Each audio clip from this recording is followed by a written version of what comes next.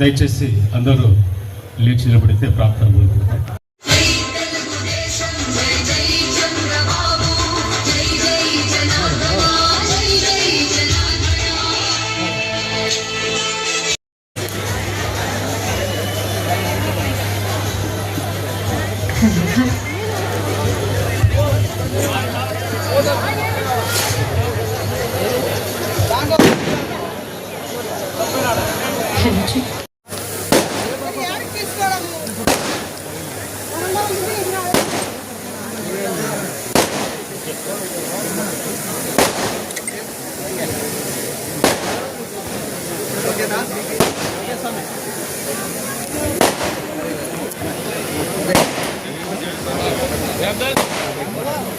నష్టం వచ్చింది.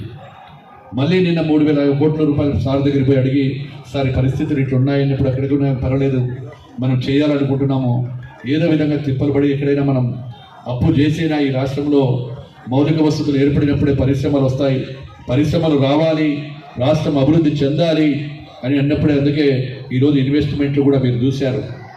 మొన్న సిఐఐ మీటింగ్ విశాఖపట్నం జరిగినప్పుడు దేశ విదేశాల నుంచి దాదాపుగా 17 లక్షల కోట్ల రూపాయలు ఈరోజు పెట్టుబడులు పెట్టడానికి మన మీద నమ్మకంతో, ఎందుకంటే ఒక బ్రాండ్ అంబాసిడర్ ఏదైనా ఒక చంద్రబాబు అనుకుంటే సాధించగలుగుతాడు. నిన్నటికి మొన్నటికి దాదాపుగా 13 సంబంధించినటువంటి ఏది ఉండే కానీ కూడా భగవంతుడు చేయాలి, కానీ ఎవడో ఒక చెరుపు చేస్తే పోయేది ఉండదు. ఎందుకంటే ప్రజలు ఉన్నప్పుడు, ప్రజల మద్దతు ఉన్నప్పుడు వెలుపుబోవడం పక్కన పెట్టండి, ప్రజల మద్దతు కోరుకోవాలి, వారి అభిమానాన్ని కోరుకోవాలి. ఇంకా మా కుమారెడ్డి గారు ఇందాకే మొదలు పెట్టారు, ఇందాకే మా యాంకర్ గారు కూడా చెప్పారు, ఆయనకు దాహం, అభివృద్ధి అంటే నాకు బాగా దాహం అనుకుంటున్నా, నాకు ఎప్పుడు అభివృద్ధి అభివృద్ధి అభివృద్ధి అనుకుంటూ ఉంటాం. ఆ దాహం నాకంటే ఎక్కువ ఉంటుంది. ఎప్పుడు వచ్చినా రోడ్డు కుమారెడ్డి ఒకటే అడుగుతా, కుమారెడ్డి నాకు ఇంకా చాలా గ్రామాలు ఉన్నాయి, వెళ్ళున్నాయి, అవన్నీ నాకు వెళ్దన్నా, నందవరం కావాలా, యాదవ్ పనికి పిలుచుకొస్తాడు, చెప్తాడని తిప్పుకొని వచ్చి దాని బాధ్యతడు మాట ఇచ్చినాడు అని అంటాడు. లాస్ట్ టైం కూడా అట్లా 3-4 మాటలు ఇచ్చినాడు. ఈరోజు కూడా సరే, ఇది ఒక మంచి వేదిక. ఆ విధంగానే నందవరం రోడ్డు కూడా నేను చాలాసార్లు చూస్తూ ఉంటాను, స్కూల్ దగ్గర నుంచి అక్కడికి పోయే రోడ్డు కూడా కొద్దిగా గత పాలకులు ఎవ్వడు కూడా పట్టించుకోలేదు మనం వేసిన రోడ్లు తప్ప. ఈరోజు ఇన్ని రోడ్లు వేయగలుగుతున్నాము. రాష్ట్రంలో ఎన్నో బాధలు ఉన్నాయి. వాళ్ళు 5 ఏళ్ళు చేసిన పాపాలకు రాష్ట్రం అంతా సర్వనాశనం అయిపోయిన రోడ్లు.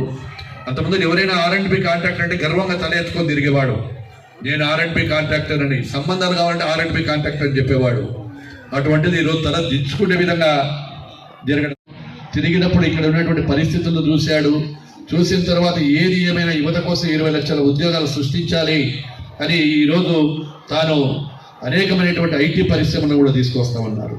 ఈరోజు గూగుల్ పరిశ్రమ వచ్చినప్పుడు ఎవరు మేము కూడా నమ్మలేదు. ఈరోజు గూగుల్ వచ్చిన తర్వాత విశాఖపట్నం రూపురేఖలే మారిపోతూ ఉన్నాయి. టూరిజం స్పాట్ పెరుగుతూ ఉంది, ఇక్కడికి కూడా అనేక పరిశ్రమలు వస్తూ ఉన్నాయి. అదేవిధంగా రాష్ట్ర పెట్టుబడులు కూడా పెరుగుతూ ఉన్నాయి. ఎప్పుడైతే మనకి ఇన్వెస్ట్మెంట్ ఇవన్నీ వచ్చినప్పుడు ఉద్యోగ అవకాశాలు కూడా కలుగుతాయి.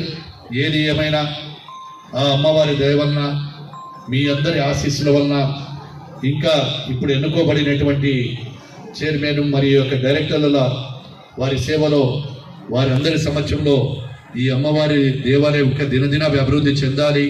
ఇంకా అమ్మవారికి సేవ చేసే భక్తులు వచ్చినప్పుడు సకల సదుపాయాలు కల్పించాలనే ఉద్దేశంతోనే ఒక కళ్యాణ మండపాన్ని కూడా దేవస్థానం తరపు నుంచి మళ్ళీ కొత్త చైర్మన్ చేతుల మీద అది కూడా వేపం చేస్తాం ఖచ్చితంగా. త్వరలోనే దానికి కూడా అనుమతులు కూడా మినిస్టర్ గారి దగ్గర ఉన్నాయి. కుమారెడ్డి గారు కూడా అన్ని ప్రపోజల్స్ పంపించారు. ఈవో గారు కూడా మంచి ఈవో కూడా ఉన్నాడు, కూడా ఇక్కడ పని చేయాలనేటువంటి ఉద్దేశంతో వచ్చారు ఈవో కూడా ఇక్కడికి.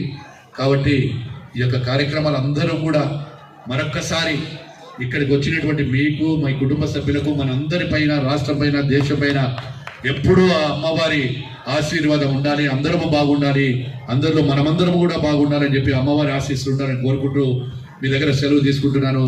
జై హింద్.